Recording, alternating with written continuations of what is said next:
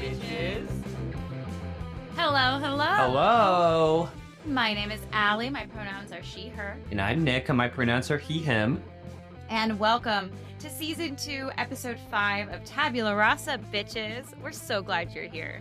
In Tabula Rasa, bitches, your two co-hosts discuss and dissect Buffy the Vampire Slayer, a show that bonded them together so many years ago. And in this episode, we are going to be discussing Season 2, Episode 5, Reptile Boy. As usual, we'll do our best to avoid spoilers beyond this point, but today we'll discuss this episode, spoilers and all. Buffy is enjoying a rare night off with Willow and Xander, while across town, a young woman is pursued by men in robes. The next day, Giles scolds Buffy for what he believes is her letting her Slayer training fall by the wayside. Cordelia introduces Buffy to two fraternity guys, one of whom sucks, the other sucks even more, but we find that out later. After an upsetting, angsty run-in with Angel while on patrol, Buffy decides to accept Cordelia's invite to go to a fraternity party, lying to Giles about her plan that night. But it turns out the frat boys kidnap girls yearly to sacrifice them to a large demonic snake living in their basement of their frat house. I hate when that happens. Right, though? They drug Buffy and Cordy, the frat boys, drug Buffy and Cordy, who wake up chained to the wall beside the snake demon. The rest of the gang finds this out and storms in to rescue the girls, but Buffy, of course, has it handled, cutting the head off the phallic demon. Giles promises to take it easier on Buffy, and Angel finally asks Buffy out for a cup of coffee. Some of this came from Buffy Guide, so thanks, gang. Yeah, phallic demons. What a what a thing, right? I'm excited to think through that with you, Allie. Oh, yeah. Frat boys. Yeah, I'm gonna be leaning on your limited experience for that some of this stuff. Oh God, I was in a fraternity. Oh Lord.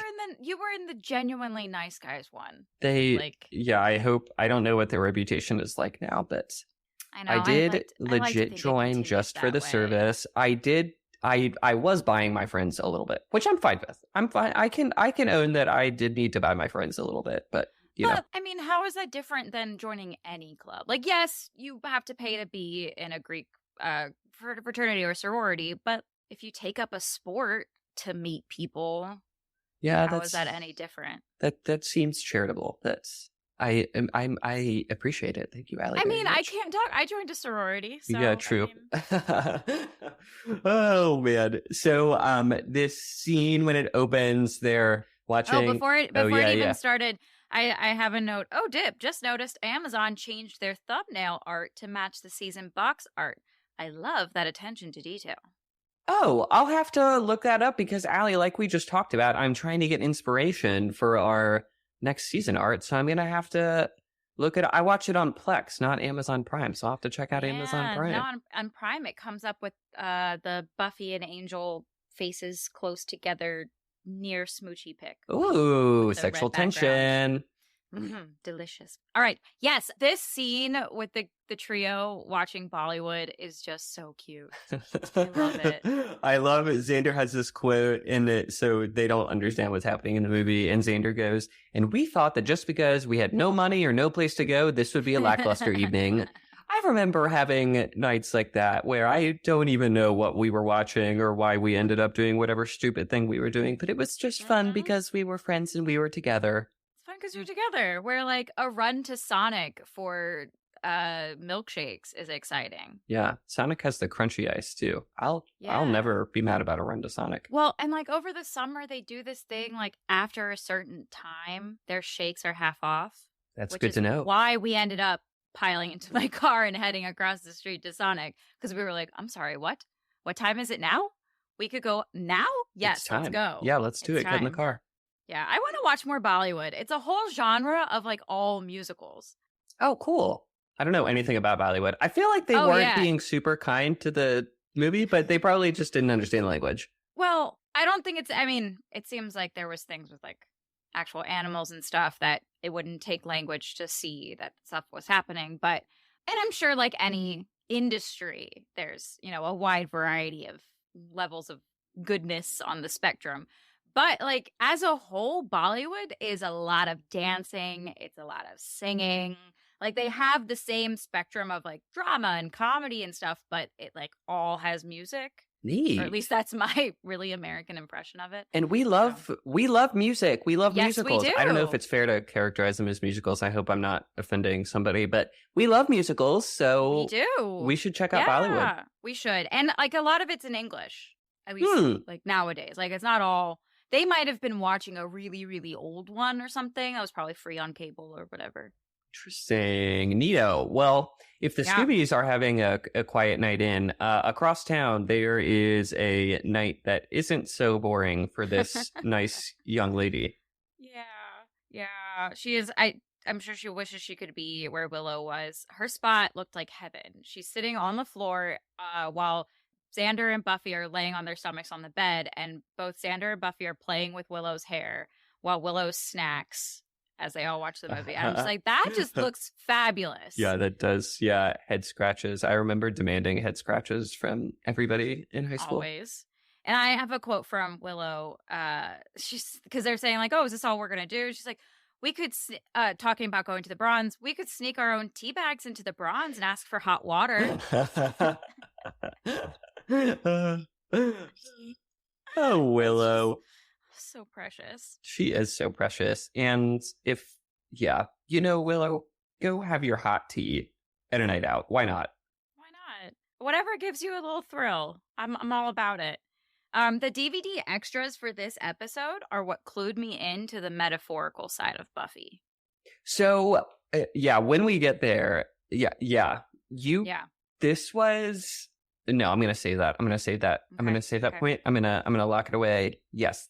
Yeah. No. Then we can move on to the running in robes. So homegirl ran through a glass window, which is horrifying, and I feel for her. But just the image of it, she's on a... I guess she's running for her life. That makes sense. I mean, adrenaline. Sure. She is literally running for her life. A nice ass house, and we didn't have fraternity housing at Towson. No, so it's always just... I always have to remind myself that that's a thing at other... It is a thing. It's not just in movies. And like Greek Row, where like all the houses are, like it is a legit thing. Yeah. Which is wild coming from our experience. I'm not mad about having not had it. I don't think I could have taken it. I don't think, Sometimes being a sorority was a lot, just being in it, not having to live with them. If I lived with them too, oh my God. Jeez, yeah. So I don't know, running in robes must suck. And they all were like keeping their hoods up and stuff, so you have like no peripheral vision. That I hadn't even thought about that. Yeah, no, you'd be stumbling so much. I'm clumsy enough as it is. Right, even with like without robes. Legs with mobility, yeah. Yeah. So the music here is very dramatic. She jumps over the fence into the cemetery, and oh, thank goodness, and the music comes to a head, and then she runs into this other guy in a robe, and man, she's caught. Oh, poor girl. Yeah, and in that cemetery that she gets caught in, I don't know if you noticed the pyramid shaped mausoleum. Right. It's like fancy essay. And I'm like, who gets a pyramid mausoleum? Yeah. But it wasn't big enough that a human would fit in. So I was like, was it some like really bougie pet owners? That's what I pictured. I tried to pause. Someone laid their Egyptian hairless cat to rest in this pyramid. That's my headcanon. Anna would do that for sure. She would. 100%. If she doesn't stuff them and keep them. Oh, yikes. Yeah, Anna, let us know what you think. I tried to pause and look at some of the tombstones, but I couldn't make out anything, unfortunately. Good find about the Pyramid Alley. Well done. I noticed the weird things. So, we moving to school? Yeah. Awesome. Do you have a quote from Queen Cordy here? Sure. I hope so. First I have a note about her fake laugh. Oh, Lord. So fake. Fake laugh. We find Cordy at school coaching one of her friends out of a magazine what you're supposed to do when you're like flirting with a guy. And it's just... That was such a thing in the late 90s. You pour over whatever magazine that is giving you tips and ideas and the quizzes in them. And she goes, when a man is speaking, you make serious eye contact and you really, really listen. And her laugh, oh my goodness, her laugh is so bad. So bad. It's so bad. So then Buffy and Willow walk in. They're having guy talk. And, Buffy says she's been having these really, really intense dreams about Angel. I'm like, who wouldn't? Come on. She's sharing a dirty dream that she had. That's true. They're kind of skating around it, but, like, it was dirty. It was dirty. Yeah. Buffy, you had a sexy dream. She definitely did. And also those giraffe pants. If you look closely, it's not really giraffe print, but it definitely looks like it from afar. Later, I think later in the season, either she rewears these pants or she has actual giraffe pants, because I have a very distinct memory of her being like soaking wet in those pants. Can't imagine why that stuck in my head. We'll have but to it do is a callback. it's a cute, very 90s outfit. She's got the black bra with the white lace shirt. Yep. That's so funny. Willow is like, "Oh, you're so right for each other," and then she suggests to Buffy to ask him for a coffee. It's the non-relationship drink of choice. It's not a date. It's a non-caffeinated beverage. And that's a sly thing to do, right? When you're not sure, Yeah. Is it a date? Is it not a date? Let's do coffee. It's low stakes. Yep. I did that. Well, we got lunch. And then, years later, I found out, not years later, months later, I found out I was not his type in a very obvious way. He was gay. The guy I was trying to court was gay. But I had a very like, we'll just get lunch. And then if we're into hang on. Is this guy, oh, that's funny. Did you go to lunch? Where did you go to lunch? We went to Bon Appetit over on 40. This was French Korean bakery. Really? This was mine? And then Interesting. Yeah, it was the day, actually, when we talked about this when the earthquake happened last season. Oh. We were at lunch. Yeah. Wow, yeah. That's funny. And that went into the whole, like, you didn't me pay for his thinking lunch, I had did you? No. Because it wasn't actually. Oh, yeah, it wasn't actually a date. It was just lunch. Neat. That's funny. But I feel like, so coffee is great. That's actually a way more mature version of what we always did. Middle school and high school, movie nights were the move. Group movie nights. Because it gives you the opportunity to, like, it's dark. You can sit close together. There's potential for canoodling. And every single person at the movie night, other than the person you're courting, knows what so we're it's hoping so to awkward. happen. Yeah. Oh yeah. I remember a night while my middle school boyfriend and I were dating, like 3 months it lasted. We did a movie night with the group of us, and everyone else squished on this little love seat and left us with the big old couch to sit by ourselves. Did you sit on opposite ends of it? Initially, until the others were like, "What are you doing?" And they made it weird. They said, "What are you doing?" I don't remember exactly what they said, but they, like, pointed it out. They so we prompted were like, okay, you to cuddle. Guess we have to, like, cuddle. And it was the least comfortable cuddle of my entire life. Oh, no. It was so weird. Weird. I remember my first cuddle with a guy was pretty uncomfortable, too. Yeah. Cuddling, it takes some practice. By the way, just so you know, Allie, this idea to go for lunch because it's casual, you're never going to need this because you're, with your person. But there's a whole dating site called It's Just Lunch or something. So you're right that it is. Really? Yeah, a low stakes kind of. Yeah. thing. Well, again, because it's that middle ground where you can sort of kind of play it out. Like, if it goes really well and they're clearly into it, you're like, cool. So when's our second date? And if they're not into it, you go, cool. This was great hanging out with you. We're friends. Thanks for the lunch. Bye. Right. Bye. Glad I didn't pay for your food. So back at school, the gang has just walked by Cordelia doing this horrible laugh. And then Xander and Cordelia go on to have this exchange. And Cordelia goes, "It's not a big deal, but I'm dating a Delta Zeta Kappa." And I just remember in college, fraternities all had their own reputation as well. There was totally hierarchy. So, yeah.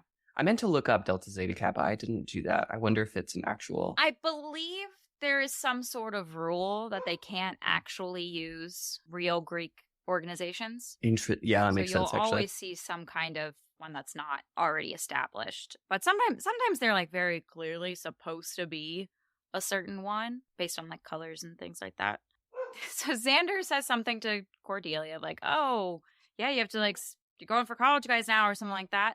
And Cordelia, she says, you'll go to college someday, Xander. I just know your pizza delivery career will take you to many exciting places. Yeah. Oh, man. Damn. Oh, that's rough. That is Scorching. mean, too, because we know that Xander, Cordelia she knows where it's going to hurt, doesn't she? Yeah. Oh, yeah. And he can't, it's so harsh. He like can't even find anything to say back, which fair, because who has the clever comeback in the moment? Cordelia, obviously. Yeah, but, savage. Yeah. Damn. So Cordelia is dating. I think that we need to give some sort of blanket PSA. High schoolers don't date college. Like, don't do that. That's bad. So, blanket statement. You know. It is. There really is no good scenario unless it can happen when like if you both met while you were both in high school. But then, like... And dated, and then they went to college. Right, exactly. Like, my freshman roommate, her boyfriend was a senior in high school. But they had started dating when they were both in high school. Yes. Different. But if these guys are seniors in college. And these girls are juniors in high school. Yeah, they're predators. No. Is what they are, yeah. No. Yeah, they're 21 years old going to hit on a 15, 16-year-old. Right. There's something wrong with you. Yeah. Yep. Yeah, because you have to turn it around this way, gang. If someone like that is targeting someone in your age bracket like that, why can't they get people their own age? That's why. They are targeting you because you are young, naive, vulnerable. You're excited to have an older person giving you attention. All of those things. It is targeting you because you are easy prey. And it is, like you said, they are predators. And you feel like you're so mature that you are not actually 15 or 16. Right. And it's like, listen, there's just, even if you are, there's just so much as a junior in high school that you just haven't experienced. College is a different world, let alone being almost in the professional world. There's just so much that happens. This is not to say, should a young person in this situation hear this thing, this is not us putting the onus on you. Because hell knows, me at 16, if some hot and these guys are hot. They are. Some hot college guy came off sophisticated. He was in a fraternity. I would buy this whole thing hook, line, and sinker. Especially the lines that like Tom has, like the little exchange that Tom and Buffy have a little bit. Oh yeah, I would be charmed off my feet. I would be flying in the air. No way. I mean, I like to think my parents would have like maybe stepped in, and I would have hated them at the time, but thanked them later. But like, no. I think part of what made me seethe so hard watching it again, I haven't really watched. I don't know. This is one of those that I kind of let play in the background, so I haven't really watched in a while. But part of the reason that I had such a strong reaction to it as I was watching, I think, is because if I were in high school, I would have eaten that shit up, and they're being way smooth. We haven't even gotten there yet, but they're being way smooth. And you're so right. I totally would have bought all of it. And I will putting this in because I'm sure someone's going to comment this if we end up having people who comment on our things. What about the age difference between Buffy and Angel? It's cosmic. There's destiny. Don't worry about it. I'll have a conversation about it. Yeah, I think that's a little messed up. But like certainly we could. I don't know. There's a line where you're gonna suspend your disbelief, and cosmic lovers. We're gonna, Right. Yeah. Like I've definitely said this in an earlier episode, season 1. It's like, if you're gonna enjoy anything with vampire romance, you have to put that aside. Unless it's vampire and vampire, whatever. And even then, it's like, you could be a 50-year-old vampire and you meet a 300-year-old vampire, and like, how does that work? So yeah, you just gonna basement. Yep, put it in the basement. Yep. So we're still at school. We're in the library. This is when Giles is kind of admonishing Buffy. He thinks she's been slacking. She's been skipping training, all of this stuff. What are you going to do when someone attacks you from behind? And she totally pins his maybe she's going to be fine, Giles. Yeah.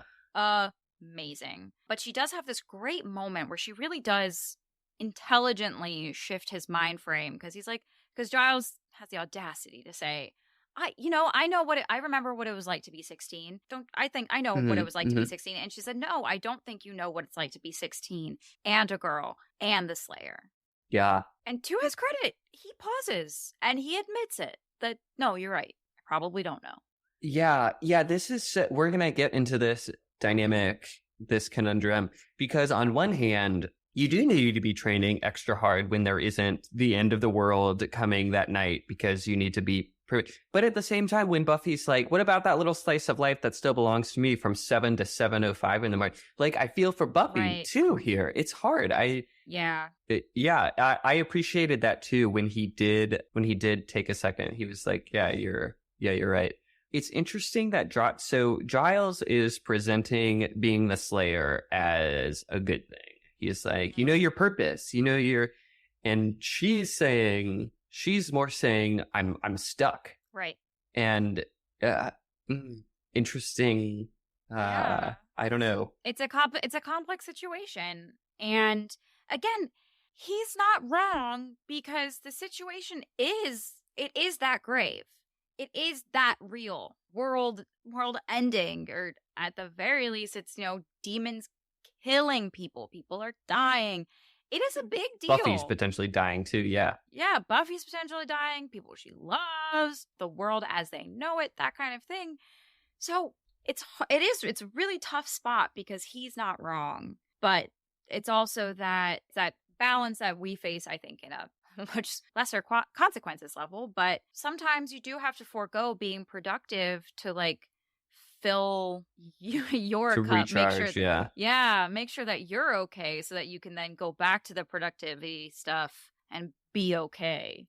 And then sometimes you have to muscle through and do the productive stuff. We had that conversation today, Allie. I was I'm feeling unmotivated, but we need to record anyways, because it's just going to pile up. And you were like, yeah, I'm also, but we do have to. And we just had that. Oh my goodness. Yeah. How Not timely. to say, listeners, that we are not excited to be here recording. It's just, getting to the microphone sometimes takes a little extra effort. But now that we're here and I see your shining face, I'm excited to be here. I feel energy coming back to me. Exactly. Like a phoenix rising from the ashes. That's what I'm doing right now. Exactly. It's just like that. Giles brings down the hammer. Buffy's bummed. Oh, she says, yeah, who needs a social life when you've got your very own hellmouth? And Giles very sincerely goes, yes. And then realizes that she was being sarcastic. Oh, Giles. You're such a doll. And he gets so cute and fatherly. It's very cute. Yeah, I there's some really nice fatherliness. I'm so glad that we're really seeing that this season, this father-daughter dynamic. It's sweet. Buffy deserves it. She even tries to give him some puppy dog eyes because she wants to go out, and he's turning away from her. It's not working. So he's like, be back here, whatever. And Buffy decides that, it's not really clear if she decides if she's going to skip or if she's just going to be really late. But they're at the end of the school day. She says that she's dawdling. She's just but was she going to skip? But then Willow said something to her, so she's like, fine, I'm just dawdling. Like, was she actually going to skip? Who knows? Up for debate. I would like to give her the benefit of the doubt and say that she was intending to dawdle, but eventually go. I would have skipped. I would have skipped. Yeah. And that's not a knock on Buffy. That's just me knowing myself. When I really don't want to do something, I might tell myself that I'm just going to dawdle, and then I'm going to be like, oh, it's too late. He's probably gone home for the day. I'll just go home to, I don't know. Cordelia walks right into Willow, which is funny, on the way down to the car. A car is pulled up, and there's two dudes in it. One of them is the creepy dude from before, when in the opening of the episode, the one that caught the girl in the graveyard. Yep. It's the only hooded person that we see their face. And they invite Cordelia to this party. Cordelia does her horrible fake laugh. And then there is a funny exchange. They see Buffy in the background, and they say, who's your friend? And she says, oh, she's not my friend. And then one of them goes, she's amazing. And Cordelia goes, she's more like a sister. Really, we're that close. She's on top of it. She pivots real quick. She does. And so the gang has been talking, and they're talking about Bollywood again, maybe, late night TV. And Xander says he'll bring the beetle nuts. I think that it's... I meant to look them up. I think that it's not. Okay, I'm gonna... I don't know. I think I saw it in a quote during my trivia research. I think that's what it was. I didn't look it up either. Oh, it's not spelled like a beetle. Beetel. How does beetle nut get you high? What? A burst of energy, likely due to the nut's natural alkaloids, which release adrenaline. What? This cannot be what he was eating. How dangerous is the beetle nut? What the fuck? Bollywood is... Indian. Do beetle nuts originate in India? Is he making a Sahel Snacks product? Sahel Snacks official site. I don't know. Listeners, chime in because I don't know. I keep seeing Indian seeds for weight loss. Yeah, that's why he said, because it's like an Indian food and they're talking about watching that. I think that's what it is. Yeah, but that's a deep cut. Who the fuck knows what this is? And how did Xander know what? Maybe it was a 90s fad thing? Xander knows his snacks. Okay, I'll trim this, but I'm going to keep this in here because I'm curious what other people might know. Yeah, so weird. Okay, back to Cordelia. Cordelia goes over to Buffy reluctantly. She's like, all right, these guys want to meet you. Come on, do this for me. And she's like, no, I don't want to.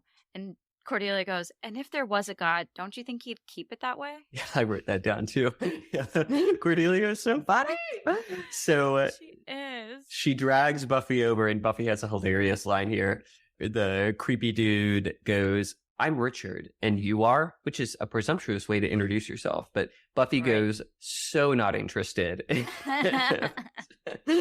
then we have the guy Tom comes over who we find out later that he's playing the nice guy to Richard's oily grossness. Yep. He's like straight out of an 80s teen movie. His collar's just like not quite as wide. But so this guy's like, I apologize for my friend. He's not really my friend. We're just like in the same fraternity, which I only joined for the service or whatever he said.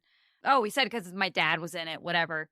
And he's like, I'm a history major. And Buffy says, yeah, that doesn't click for me. I can barely remember what happened last week. And he says, nah, nothing happened last week. Don't worry, I was there. And it was just, it was a really cute line. That's funny. It was funny and it was very cute. And that's where it goes back to the, like, I would totally fall for this. I wrote down that quote because this was a moment where I was thinking about how if I think I remember watching this before and feeling strangely charmed by him, but now it's not strange. He is supposed to be charming. But now looking back, I didn't think that it was cute when I watched it this time. Really? And I know what happened, but even trying to suspend my disbelief when I was watching it earlier, I wrote, I just find him ick.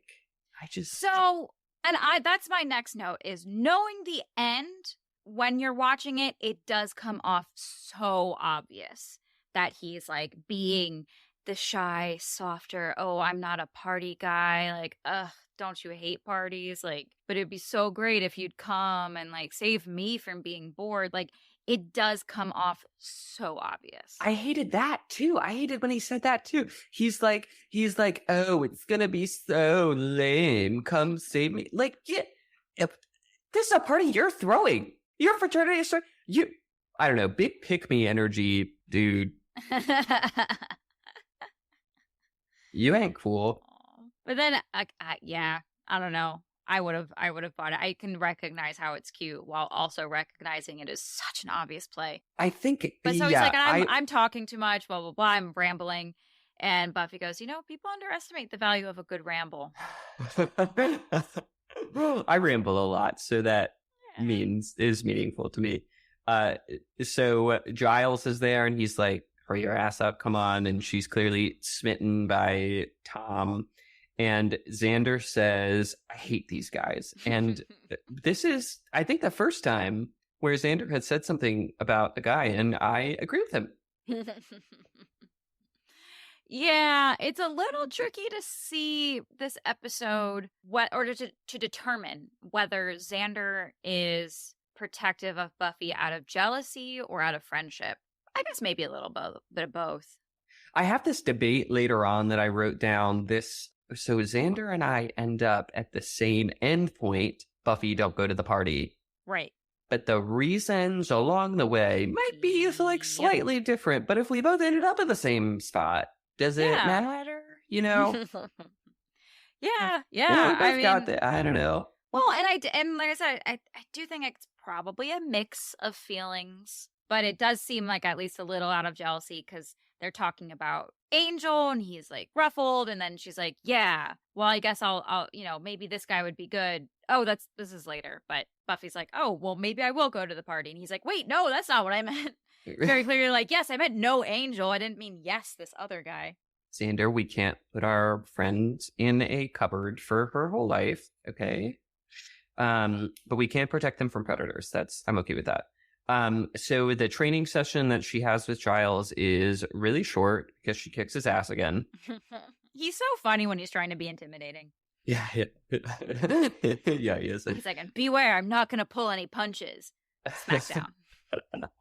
You don't have to pull punches, Giles. So cute. Yikes. So he tells Buffy to go patrolling that night. And according to my research, trivia-wise, this is the first time that Buffy's, hunting in the night, whatever, first time it's referred to as patrolling. Ah, interesting. Usually it's been referred to as hunting. So that's fun fact for everybody, huh? Interesting. I wonder if that's because things have been slow. Because before she was going out with a target in mind of like, oh, I heard this guy's been hanging around town, blah, blah, blah, blah, blah. But this, she's kind of on the watch because just making sure things are still good. Yeah, good point. Just, I wonder. So she is out patrolling and she picks up a bracelet and suddenly Angel's there. There's blood on it. And says, cool. Yeah, pretty much exactly like Great that. Great way to say hi. Yeah, hello to you too. I don't know. When Xander said, I want to put a bell on that guy, I would have been helpful here. I just want to sit him down and teach him some manners. Yeah. Like, yes, you do need to communicate that there's blood on it. That is important information. But, like, how about intentionally rustle some grass so that she knows you're coming and then be like, hey, and then say that has blood on it. Right. Yeah, we just launched right into business here. Yeah. And kind of out of the blue, too. And we wonder why she's not sure how you feel about her. And Buffy says, wouldn't it be funny to see each other sometime when it's not a blood thing? And then there's this awkward, rough exchange between the two of them. Yeah. Where do we even start with it, Allie? Oof. I don't even know. I mean, she's kind of beating around the bush, but I get why, because some girls do like to be the one approached, the one wooed. I know that's how I feel. So, like, I get her not being the one wanting to be the one to, like, just, like, straight up confess her feelings and ask him out, blah, blah, blah, blah, blah. But Angel's also, like, being weird about it. But also I get where he's like, well, we really shouldn't. She is young. I am a vampire. Maybe he feels like because he's older, he has to be the responsible one to, like, not do things, but he's still being pulled. It's just such a mishmash soup of feelings. And neither of them deal with it very well. My Angel hate is going to come full out for, no, not so much my Angel hate, but my defend Buffy to all ends is going to come out here. So I think Buffy does, I said, I didn't write down the actual quote, but I wrote, Buffy kind of makes the ask for coffee. Yeah. And then Angel says, I knew this was going to happen. You're 16 years old and I'm 241. And just, like, he later, I also wrote down this quote, you don't know what you're doing. You don't know what you want. And just as somebody implicit in Angel's decline here is because she's 16. So he's calling her immature, basically. Mm-hmm. But so he's basically making the point that she's like too young or too immature, but he's handling himself incredibly immaturely in this. Yeah. And I think maybe that's where we can justify this relationship. Because while she is physically young, I think he is experientially young. Because you're totally right. A lot of the ways he reacts before this and like all the stuff leading up to this, like he reacts like a very immature, almost some high schooler reactions, not being particularly tactful with what he says, or his responses are very emotionally based, not rationally. So maybe that's sort of where we can rectify the age thing. But also with what he's saying, he's not wrong. It's shitty to hear. And yes, any 16-year-old who has ever been like told how young they are, told they don't know what they're talking about, they don't know what they want, blah, blah, blah, blah, blah. Yes, I get it. I was at 16-year-old, you know, I knew from 3rd grade that I wanted to be an actor. So like, trust me, people were telling me I didn't know what I wanted. Yeah. But older people will tell you, like, you don't know what you want. I mean, not always wrong. Yeah. So I think that maybe, is true. Maybe he could have said it in a better way, because words have meaning. Word choice is everything. Tone is everything. But what he was saying, the content was not wrong. I just feel okay, maybe I don't have angel hate in this scene. Maybe I just have hate on the writing in this scene. Okay. It's not, I don't know. There's like a needless he grabs her at one point. Yes, because he's trying to make a point. But like, this is serious. This isn't just some fling with another guy or some other guy that she could easily overpower. Like yeah, it is dangerous. Yeah, you're right. Yeah. I think he's trying to scare her. He's trying to white fang her. If you know that book, the guy, like, for the dogs or for the wolf's good, he like beats the dog so it'll like go away. And he's like, go on, get out of here.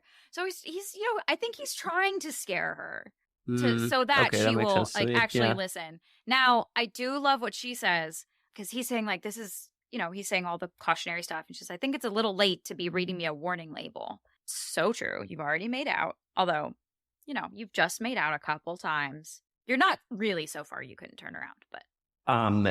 Buffy has a savage line right at the end of the exchange. I also wrote that one down. So Angel says, when I kiss you, you don't wake up from a deep sleep and live happily ever after.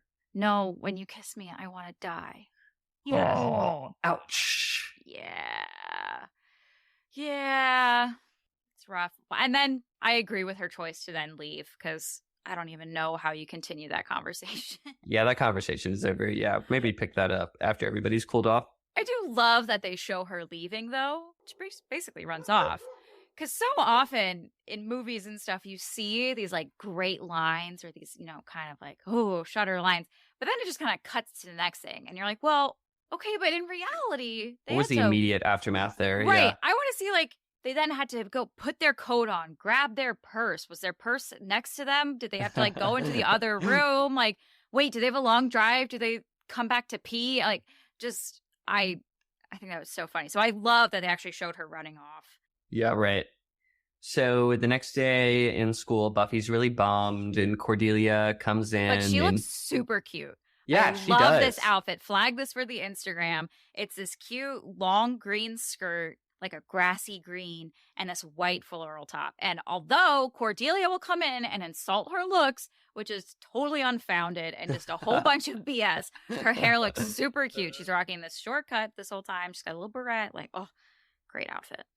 So Cordelia says, I want to go to this party and I can't go to the party unless you also come to the party. So come to the party with me. And it's clear that she's partly going because she wants to be with them because they have a lot of money. And looking to get her MRS degree. Respect. I got my MRS degree.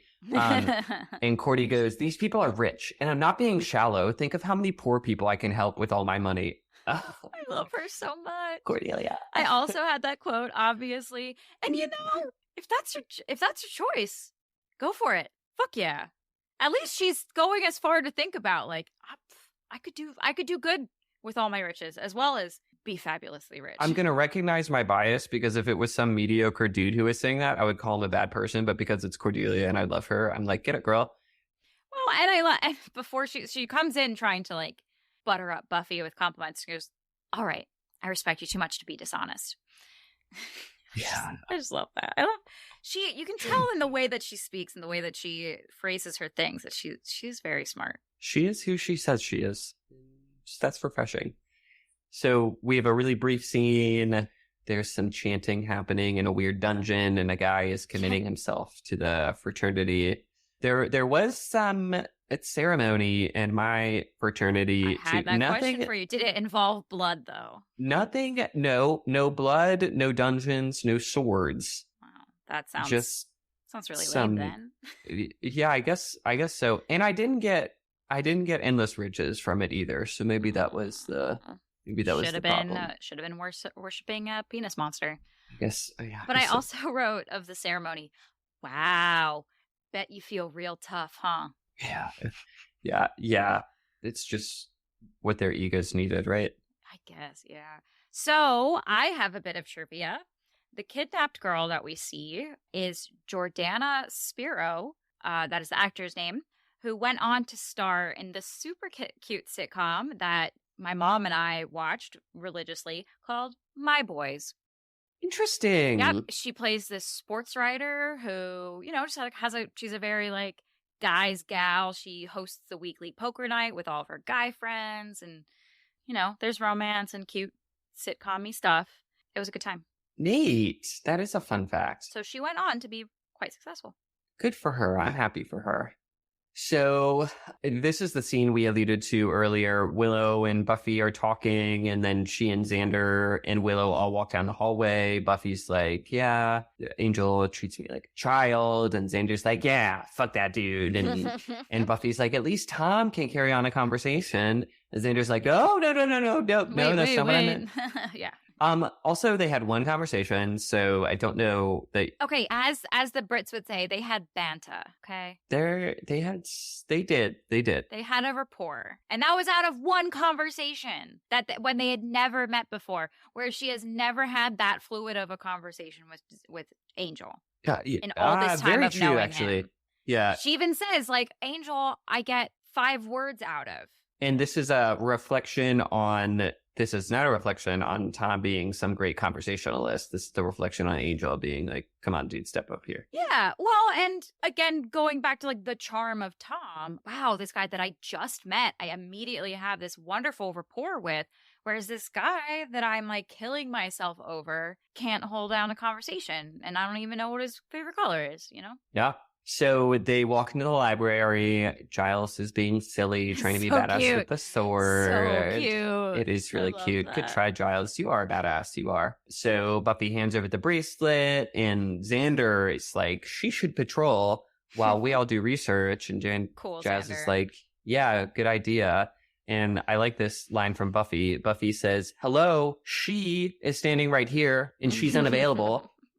It's true. It does suck when people start making decisions for you, especially when you're in the room. And when everybody's motives aren't super pure, at least from Xander's perspective here. Yeah, and Xander has a great line. Buffy says that Angel could smell the blood on the bracelet, and Xander goes, the blood? There's a guy you want to party with. Which from when we last saw Angel, I wouldn't really want to party with him either. So no. So then they're back walking down the hall, and they leave, and Buffy's like, "Yep." Oh, well, before they leave the library, Buffy says, "Well, actually, I can't really patrol tonight. My mom's not feeling well, and actually, I'm not feeling that well. So I'll do a quick sweep, but And Giles is like, "Of course, if you're not feeling well, definitely take care of yourself." And the look on Willow's face. Yeah. And then the second they go outside, she goes, you lied to Giles. Yeah. Yeah, even Willow is opposed to this plan now. And Willow will defend you through anything. Yeah. No, and she keeps a scowl, and she's just like, you can tell that is a line for her. Oh, yeah. No. And I've heard a lot of wild things happen at frat parties. Oh, yeah. Yeah, Nick, story time? Oh, God. Actually, nothing too wild. I wasn't one of the cool fraternity. I didn't go to a lot of parties. I liked having 4 or 5 people over and playing Kings. Right. and get. But I see. but It's not that I'm told that there were some wild things. See, but that was by choice. It's not that. What were the? Sorry. Go. No, well, I'm saying something positive about you. I'm complimenting you. I think Thank you. You could have gone to those parties. I think you had friends in your fraternity, but that was not how you chose to spend your time. Not really my scene. Right. You got a dog so that you would have an excuse to stay home. And I know it's going to be shocking to everybody listening that the guy with the Buffy the Vampire Slayer Rewatch podcast is a bit of an introvert.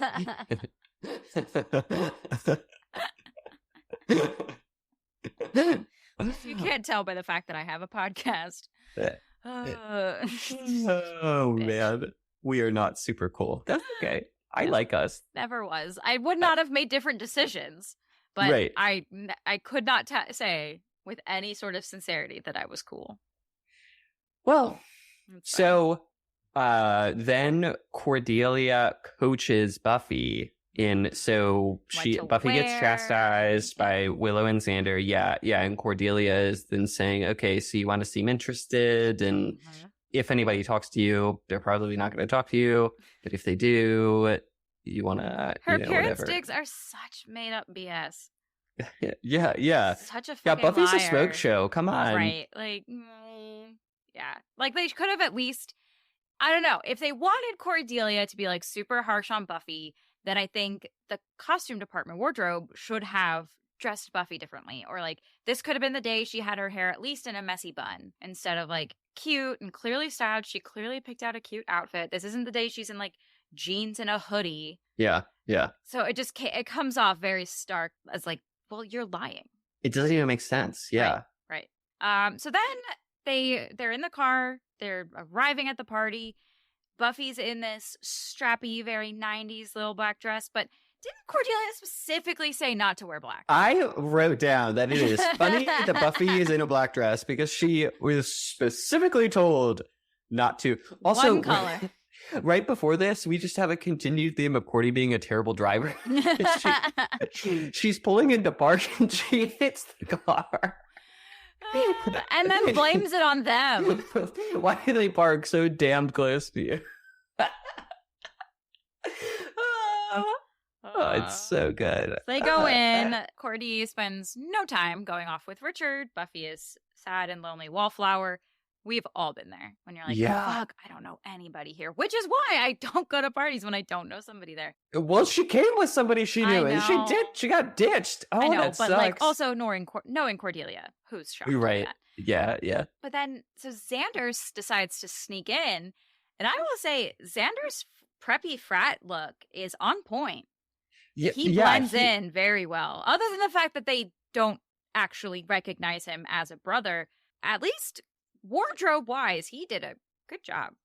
So the fraternity parties I did go to did not look anything like this party, but he does. There must have been some memo that I missed about preppy dressing because he jumps in, he's in the polo and the khakis, and he does totally look the part. His hair's all like slicked back. Yeah. I went to one frat party in college, and it was in a basement, and we played beer pong, and no one was in khakis. I can say with absolute confidence. But this is pretty typical for movie frat parties. I don't know. Maybe it's because we weren't, like, maybe if you go to a frat party at a big established frat house in a house, you like, maybe... I don't think there's any cocktail dresses. I don't think that's a thing. Maybe they do, like, make their members wear blazers and shit. Like, I highly doubt that. Who knows? I don't know. I haven't, as we said, didn't go to many, but chime in, folks. If you went to, like, College Park or, any big state university with big, well-established fraternities, let us know if... My idea of a typical fraternity party is that they're even douchier than what we're used to, but maybe I'm wrong. Anna used to tell me about the great themes that they would have at McDaniel. Like, Lax Bros and Yoga Hose is definitely a theme that I heard once. It's funny. That sounds comfy, actually. That sounds like a comfy party. That actually sounds like a great party, and lacrosse players dress hot, so that would work for me. Also, like, Towson did not have nearly enough themed parties. I had one to do on my college list, which was to go to an anything but clothes party where you get to be super creative and make an outfit out of something that's not intended to be clothes. And no one ever held one, and I never got to go to one. And now Well, we can do an anything but clothes party when you come visit us. And then it'll be even better too, because we'll be done by a sensible time.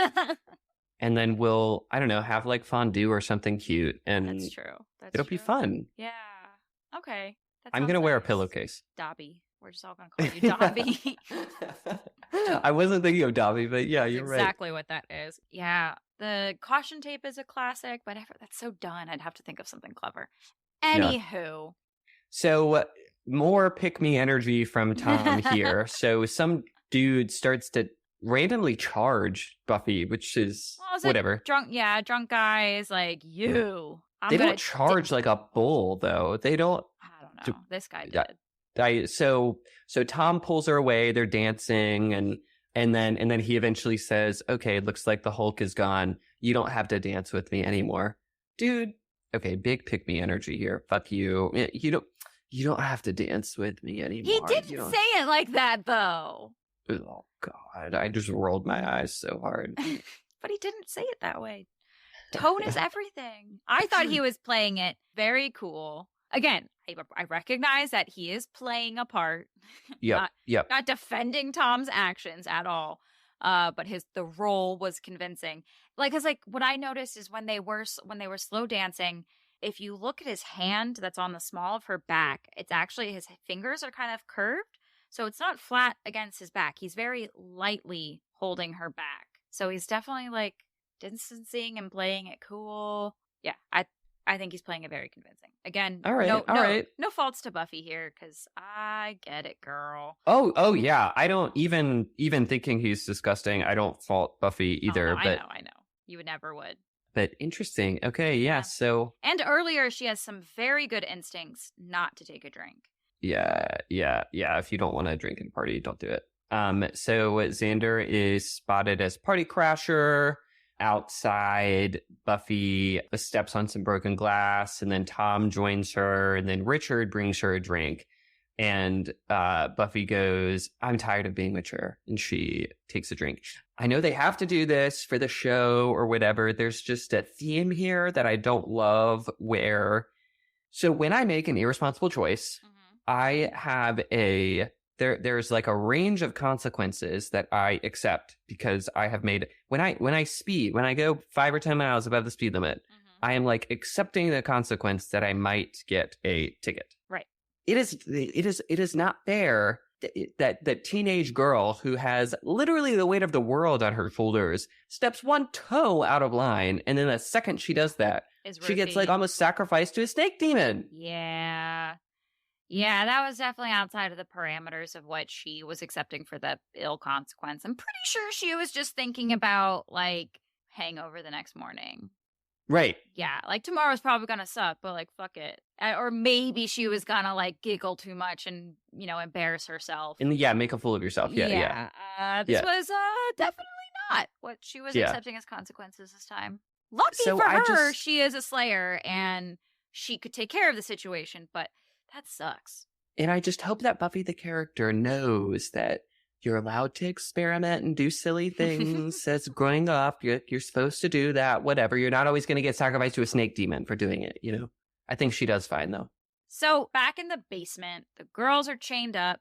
There's more robe stuff. We're seeing Tom get shit carved into his back. And the girl who was already kidnapped is actually, that he seems nice, but he's worse than all of them. He's different. I love this role reversal. It's kind of, I don't want to call it a trope because it's not that common, but it is something that comes up sometimes. You get the pair of dudes who one comes off really intense and an asshole. Well, and the other one's quiet and seems like the nicer one. Well, he's quiet because he's the more powerful one. So he doesn't have to be all up in your face. So I love that role reversal. I always think that's really fun to see. And especially from an acting perspective, now you see on Tom's face, there is no kindness whatsoever. Oh, yeah. Yeah, he does. Yeah, agreed. That's an insightful point, Allie. Thanks. I hate what they do to Xander here, Yeah. it just feels like super as demeaning to all genders.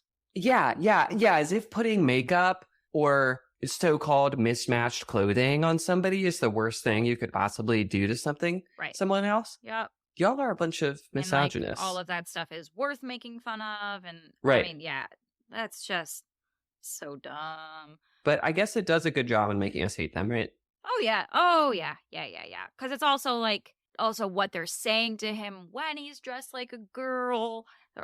That speaks to how they view women. It's just a bad scene all over. Yeah. All over. But again, like you said, we're not supposed to like them. So I guess they did it well then, huh? And Xander gets back at him, which is great. Yeah, he does. It's funny. So props to Cordelia, because while she has a little moment of a freak out, she does relatively keep it cool. Like, she doesn't launch to a panic attack. She's not outright crying.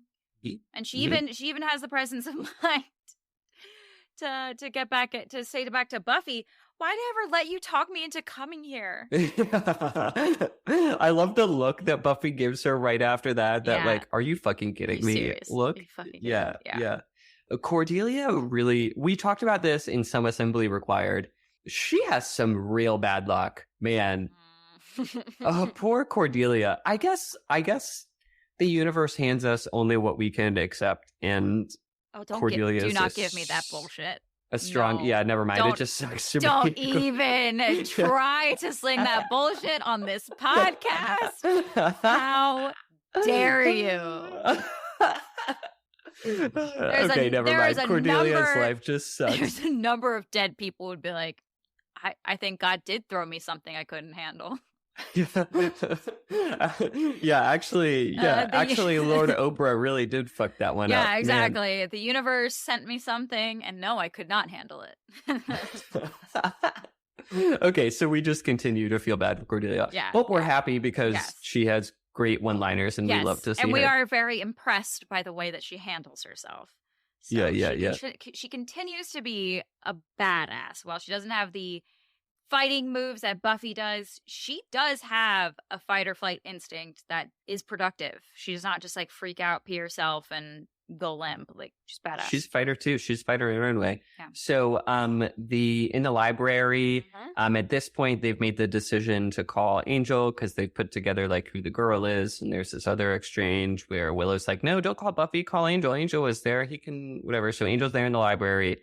And then it gets to the point where Willow has to come clean that Buffy has lied to them. Before that, Willow says, she's like checking out the whole reflection thing that Angel doesn't appear in the window before. I skipped over that, but you're so right. I wrote that down. Angel, how do you shave?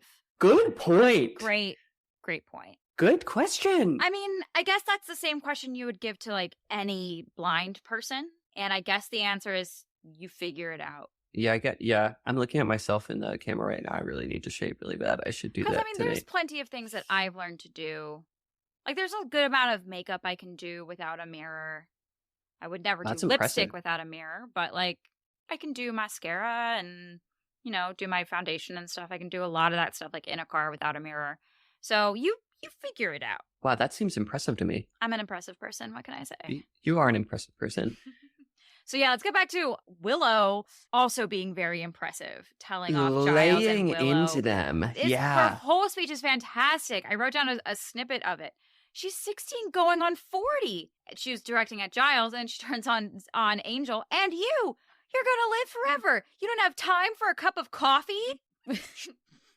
So spot on and long overdue. Oh, yeah, and their faces. Ooh, yeah, they feel told off, don't they? We done fucked up, and she's right, too. Shit, I hate when somebody yells at me and they're right. Oh, it's the worst feeling. And Willow clearly agrees because she goes, I don't feel better. Let's go get Buffy. So we get a shot of Xander walking out of that house. Yeah, why didn't he put his clothes back on? I'm not mad that he didn't put his clothes back on because we get some nice ab shots here. And I'm sure Nicholas Brendan was very happy to show those off because I know those take a lot of work. So I get it. But, like, I don't know. You look cold. Put some clothes on. They threw your clothes at you. Yeah, you could have.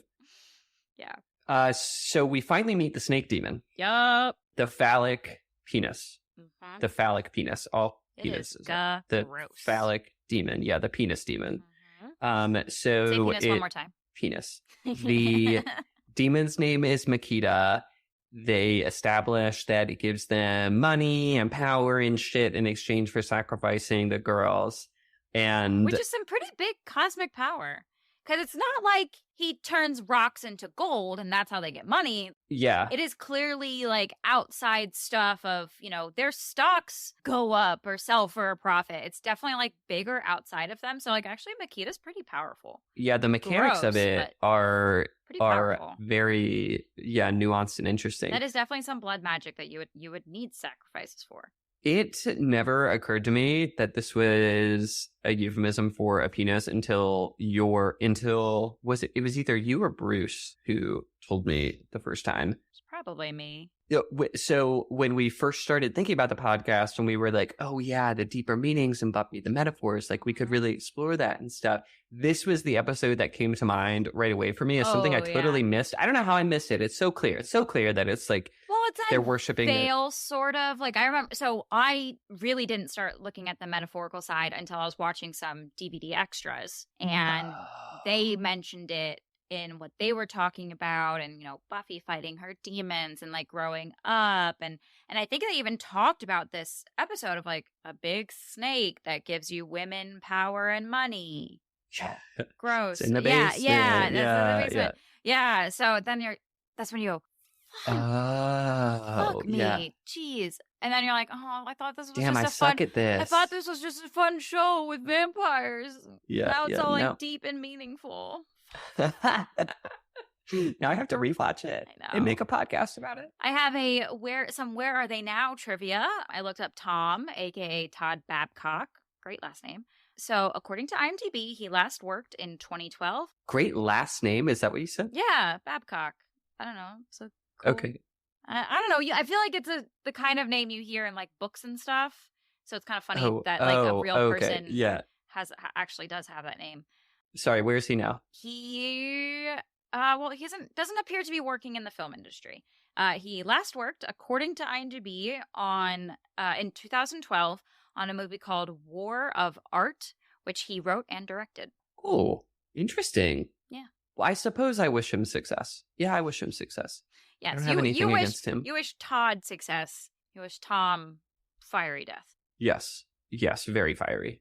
So it's interesting to me to think about how much time passes between each episode. Mm-hmm. So this episode happens on October 10th, and then the next episode is on Halloween. So that's kind of interesting to think about. We're at 2-3 weeks between. How did you find that this was October 10th? They say that they sacrificed the girls on the 10th day. Of the 10th month. You right. Yup, they very clearly said that. Maybe we'll make a timeline at some point with what we can piece together. It could be fun. I like that idea.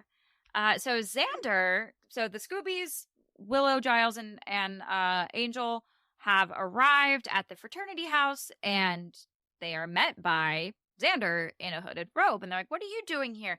Xander actually had a very thought out plan. This is really good thinking. He was like, I dug in the trash and I found an old robe and I put it on to disguise and sneak in and go get Buffy and Cordelia. I was like, okay, that was a good plan. Yeah, this was good thinking. I think Xander does pretty well this episode, honestly. Yeah, he does. He gets in some good shots, like when they're working their way to the basement and stuff. Yeah. Yeah, they break in. He kicks the shit out of those guys. Yeah, that's great. And then we have a nice callback as Angel is very upset that Buffy is in there, potentially with all these murderers. And so he vamps out, and Xander goes, okay, that is the guy you want to party with. Yeah. True. I think Xander does earn some respect for Angel during this episode where, yes, he's probably still not glad that Buffy wants anybody, but especially Angel. But I think he does give him some credit after this of like, well, he does really care about her. Yeah.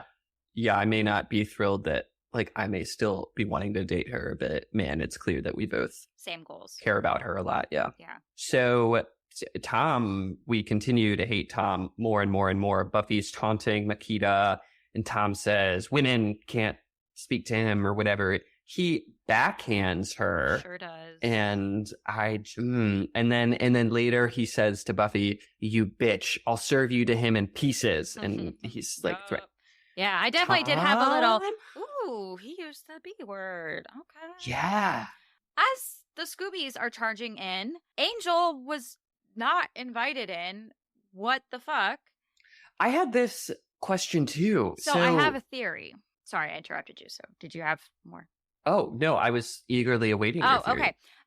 So I don't think, I've never seen them need permission for like the school or public property kind of thing. So maybe the house is considered public. So, okay, so it can't be considered, but the guys live there. Right. They would say that it's their home. Yeah. But I guess Angel is a prospective new member. Everybody's a prospective new member. You never know. He could go back to it's college. Also, it's like it's their temporary home. Like, I feel like if we're going with public buildings, they don't need permission to enter or they don't need to be invited, then like I feel like a vampire could enter a dorm without I don't think they could enter a dorm room without an invitation. They could enter the dorm, but not the... But so maybe he wouldn't be able to get into the room. Right. So you're saying... In the house. And as far as the house goes, they couldn't go into the room. Maybe. Interesting. No, that doesn't feel right, though. That doesn't feel right, because he doesn't have any restrictions with, like, people's homes. So I feel like it was just an oversight. And they thought we wouldn't catch it, but we did. We did. We'll always catch it. We will. So are we at the point where Buffy has... We said that Xander kicks some ass here, and that's nice to see. Yep, he does. He's beaten on the guy who was dressing up like a girl and like making fun of him and stuff. And he has this great. He's like, "That's for dressing me up like a girl, and that's for 16 and a half years." Yeah. So clearly, Xander's taking advantage of this to get some therapeutic catharsis out of this. I support that. Fuck those guys. Yeah, take advantage. Whatever. So are we at the point where Buffy has slayed Makita? Yeah. Yep. I have a Cordelia quote. Me too. Okay, you go. Yep. One. You guys, I just hate you guys. Actually, that wasn't the same one I had. I had the one right before that where she goes, "You did it. You saved us." And then she goes to hug Angel right away. Yep. Okay. If you doesn't miss a beat. If you didn't see that coming, then you don't know Cordelia Chase. So Buffy and Giles have an exchange here that I talked about earlier. So Buffy says, "I told one lie. I had one drink." Giles goes, "Yes, and you very nearly got devoured by a giant demon snake." And it's not fair, Buffy. I feel for you. You're so right. But Giles says, "I drive you too hard because I know what you have to face." From now on, just a normal amount of nudging. Exactly. And I think that was a really nice concession. Mm-hmm. Saying like, I wasn't entirely wrong, but like, you're right. We're both right. We're both wrong. Yep. We can come together for this situation. And I like it too, because he's saying, I am your watcher. I am gonna continue being a little bit of a hard ass, but only a little bit. Right. Like, understand, like, okay, yes, I could afford to dial it back. I could give you a night off. She's not asking to go on vacation. She was asking for a night off. Right. So yeah, I thought that was really nice. Okay, so they're in the bronze, and this is a piece of trivia I found. The adorable child from Inca Mummy Girl is bringing Cordelia stuff. He's named for the first time. Yeah, Jonathan. So Jonathan, he gets a name now. He wasn't named in the last episode. Oh, yeah. And Cordelia goes, "Young men are the only way to go." Which is a callback to the first season, when we see Cordelia is chatting with her posse, and she's talking about now college boys. They have mystery. They have, what's the word? Cars. I forgot about that. Yeah. So at the time, she was clearly, even as a sophomore, she was already had her eye on college boys. That's funny. Now she has. Yeah, I support this more. Mm-hmm.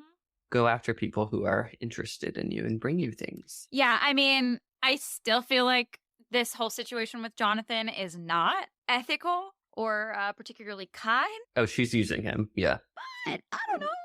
Maybe Jonathan is like, step on me, Cordelia. Like, I mean, I'm sure there's a lot. That's how I feel about Cordelia. I know, I'm sure there's a lot of people who are like, I'd simp for Cordelia. Yeah. Yeah. For Yeah. sure. You could. Yeah. Step on me and I'll say thank you. I mean, he's probably just excited to be in her presence. To be seen. Yeah. Oh. Yeah. So the Xander says, they got consecutive life sentences. They got sentenced really fast. quick. That's really quick And, sentencing. I call BS on that. This, I Okay, mean, yeah, maybe a few days have passed. Maybe this is like the next week or something like that, but it's definitely not 5 years later. Yeah. Yeah. I think. Yeah, unfortunately or fortunately, our criminal legal system moves a little slower than that. Yeah, but I do like in that article, they also mentioned something about so-and-so's like stocks crashed or something like that. And Xander has a comment of, oh, I guess no snake, no big money or something like that. So I do love that they followed up on the consequences of not having Makita around. Yeah, for everybody who participated in the sacrifice of young girls. Right. Yeah. Oh, it's a positive. Good. You should not be profiting. And I hope that the rest of your line is destitute. Me too. So Angel arrives and finally fucking asks Buffy on a date. So cute. And Buffy goes, yeah, sometime. I'll let you know. With a very coy smile, showing that she's, of course, flirting and playing. I love that. So coy. I never could be coy. I get too excited. Yeah, I don't really play it cool. I never did a good job. I always have these plans to like be cool. It's like how I planned to have a hoe phase after my ex and I broke up. And then like the second guy I go on a date with, here we are 5 years later. Sharing a house and a dog. Yeah, it didn't quite work out. I don't think we're meant to be single, Allie. I think that. Oh no, I definitely meant to settle down. I just like was planning on a little hiatus of like hoeing around, but it did not work out that way. Didn't work out. Well, that's okay. Maybe in your next life. Maybe, yeah. Or I'll play a hoe on a long running TV show. Oh, there you go. Oh, I like that more. Right. Because then you get money from it too. Oh, yeah. And then so I get to like make out with hot guys and then go home to the hot guy who's also the love of my life. Ooh. I get the best of both worlds. All right, it's out in the universe. It's going to happen. Yep. So speaking of singing, this is my last note of the episode. Did you have something before? Sure don't. So this song at the very end is called She by Louis Says. Well, that'll be a social media post, won't it? There you go. We'll find it on Spotify. Yuppers. Or YouTube or whatever. I know it came up on YouTube when I Googled it. Oh, good stuff. Yeah. Classic bronze. Oh, yeah, totally. Well, you gonna wrap this shit up? Yeah, absolutely. I don't know how much more we can talk about douchey frat boys. Douchey frat boys and people who target young women. Yeah, gross. Yeah, so I think that does about do it for this episode. Thank you so much for joining us for today's episode, and we hope you'll join us next time when we'll discuss Season 2, Episode 6, Halloween. And I'm very, very excited for that episode. Well, first of all, because it's an excellent episode. I'm sure it ranks on lots of Buffy best ofs episodes, but also my good friend Colleen will be joining us as our second ever guest on Tabula Rasa Bitches. Oh, so exciting. Colleen, I can't wait to meet you. That's going to be so good. Another guest. Yay. And if folks are just too excited to wait until the next episode to chat, you can send us an email at tabularasabpod@gmail.com. That is tabularasabpod@gmail.com. And you can also say hello to us on Twitter, Instagram, or Facebook at tabularasabpod. And finally, friends, we would be so thrilled and honored if you would leave us a rating and a review wherever you listen to your podcast. It's hugely helpful for us. Much appreciated. And tell your friends. Word of mouth is also one of the biggest advertising things for podcasting. Do it. Tell your friends. Tell all of them. Where can people find you on social media, Allie? Well, you can find me at DaughterPick, DaughterPick on Instagram and Twitter. And you can find me at Future Black cat on TikTok. And you can send me monies. Help me, I'm poor. You can contribute to my Buy Me a Coffee at buymeacoffee.com/AlliePress. That's ALLIE. Press as in press a button. Press that button to send Allie lots of money. That was good. Well, all of those social media handles are going to be in the description. Allie, as always, it's such a treasure to see you, and I can't wait to see you again soon. It was lovely to see your face. Hi, Samantha. You're Samantha just got up on the couch behind. She is perfect. Girl. Samantha, everybody loves you. We do. She's not thrilled with the universe because it's thundering. Oh, well, I love you, Samantha, and I love all of you, dear listeners, but I love you most of all, Nicholas. Make proud choices. Make proud choices. I love you, Allie. Bye. Bye. Tabula Rasa Bitches is hosted by Allie Press and Nick Mercer, with music by Inflaton Cult, artwork by Charlotte Fleming Design, and consultation by Evo Terra.